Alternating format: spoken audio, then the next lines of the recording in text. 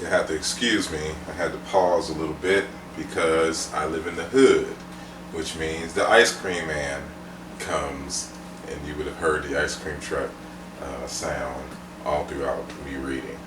But I'm going to continue. Again, this is from Dr. Dirosny, who's a European initiate into the Congo traditions, and speaking on the Nganga. So we're speaking on the characteristics of an Nganga, or a leader or an elder, in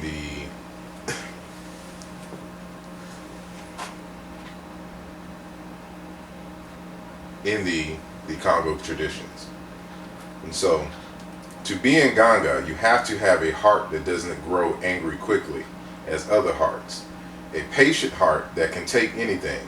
One must not kill. That's why it's the Bidimo, the family ancestors, who choose a successor. Your character is measured to see if you are respected, if you have heart, and if you are obedient. I don't want an apprentice. There's no such thing as an automatic science or tradition. If I die, my Bidimo, my vanished ancestors will give the secret to someone else. And so again, we're looking at the characteristics of an Nganga, and one in this particular instance is one who has a patient heart, one who doesn't kill, one who is obedient. And as we talked about earlier, we talked about obedient to the will of the people. And so a leader doesn't dictate what the people do. The leader is one who executes on behalf of the people themselves.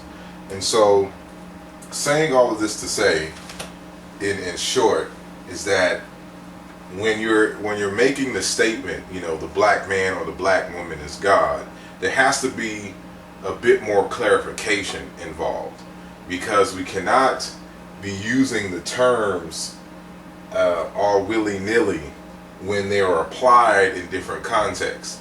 So as we noted earlier, this concept of Nkulu, the oldest of the old, Mununu, Munene, Dinene, Chinene, all these different variations, Mvini Munene, Munana, the infinite, the oldest of the old, the immeasurably great, the vast, the big. On this level of godness, which is the totality, any and all things are just manifestations of the divine itself. Because again, this word deals with infinity, to stretch infinitely, and which means nothing can exist outside of the Creator. And so everything is an emanation from within the Creator, from within the dinene, the chinene, the womb, the vagina, the abdomen of the Creator. And so then you have God on a biological level. That means anybody who is a parent is technically a God, a Kulu, an Ngole, because they've given birth to a child. They have continued life. And then you have on the artisan level of God, one who creates, one who builds, who expands community. And so that, and of course on the social level, someone being old who has done all of these, people who have towered over, who have proven strategies for towering over the 1001 challenges of life. And so these are the things that we're looking for. And I go through a lot more detail, of course, in the book. We can't cover everything here. But again, the book is called Oluja, Rescue, Reinterpretation, and the Restoration of Major Ancient Egyptian Themes. And so the first two chapters, which is actually answering the question, did the god Ra come from Arabia? I'm critically examining and challenging the thesis as purported by Dr. Wesley Muhammad in his book, Black Arabia and the African Origin of Islam, where he makes a statement that the god Ra comes from Arabia and was imported during the Third Dynasty into Egypt by these black Semites. And so that answering that question, forced me to bring about this information here on what is a God, because this same root is at the root of the word Allah. It's the same as the root for Orisha, because the same root for to express, to lengthen, to go up is the same word for head, which is the top, the uppermost. The word for sky, up, is also the same word for head. And so for instance, in the Hebrew language, you know, it is Gul or Golgotha, which means the head. You know, that L sound, again, the D and the L's interchange, and there's different words with different ends, you know, different manifestations of these particular terms. And so, even when you're looking in ancient Egyptian for the word Ka, you see the arms pointed up, the Ka or the Kala, because the A sound is actually an L. But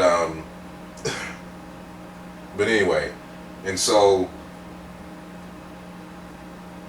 a god in the physical and the social sense is someone who has mastered life, who knows life to the fullest, who has proven strategies for towering over the adversities of life, and who knows the system in a way that they add life to life. They make life more beautiful. They help us to discover new, more satisfying dimensions for being human. And these are the ideas behind these terms. And so technically anyone on the social level can be a god, given the fact that they are one who is generous, one of pure heart, one who has given back and expanded their communities, one who is not prejudiced in a sense, one who is someone, again, of great charity, of generosity, of beauty from the inside out. They personify this, they sacrifice for the greater good. Without these characteristics, one cannot have this title of Godo. This is something that is earned, as told by Fukuyao. It's not a title just given to you because you were born black or white or Asian or anything to that nature. So this is the fundamentals of this particular term. So if you have any questions, hit me up. You hit me up on my website, asarimhotep.com. You hit me up on Facebook, Twitter. I'm pretty sure I'll put all of that at the bottom. Again, check the book out when you have the opportunity. We'd love to hear your feedback. And until next time, peace.